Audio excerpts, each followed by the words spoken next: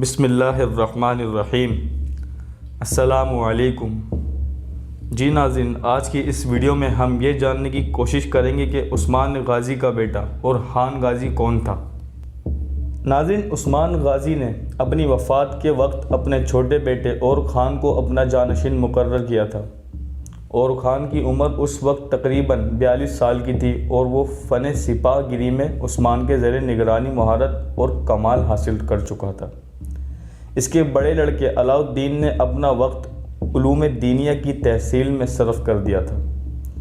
فن حرب سے اس کو مناسبت نہ تھی، تاہم عثمان کی وفات کے بعد اورخان نے سلطنت کو باہم تقسیم کرنے کے لیے آمادگی ظاہر کی، لیکن علاؤالدین نے باپ کی وصیت نیز اپنی سکون پسند طبیعت کی بنا پر اس کو نامنظور قرار دیا اور اورخان کے اصرار پر صرف انتظام مملکت کی ذمہ داری قبول کی، یعنی تخت سلطنت سے کنارہ کش ہونے کے باوجود بار سلطنت کو اٹھانا قبول کیا اور دولت عثمانیہ کے پہلے وزیر کی حیثیت سے آئین ملک کی ترتیب و تنظیم میں مشغول ہوا۔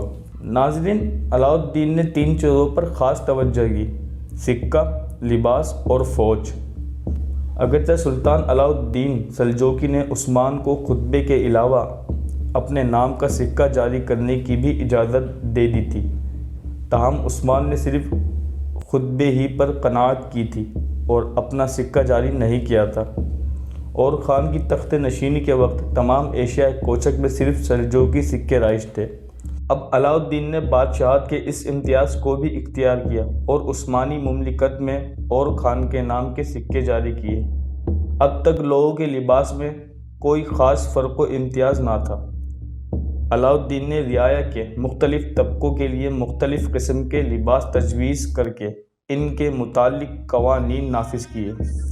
شہری اور دیہاتی، مسلم اور غیر مسلم، ہر طبقے کا لباس الگ الگ مقرر کیا گیا۔ جی ناظرین، اس ویڈیو میں آپ نے جانا کہ عثمان غازی کا بیٹا اورخان غازی کون تھا۔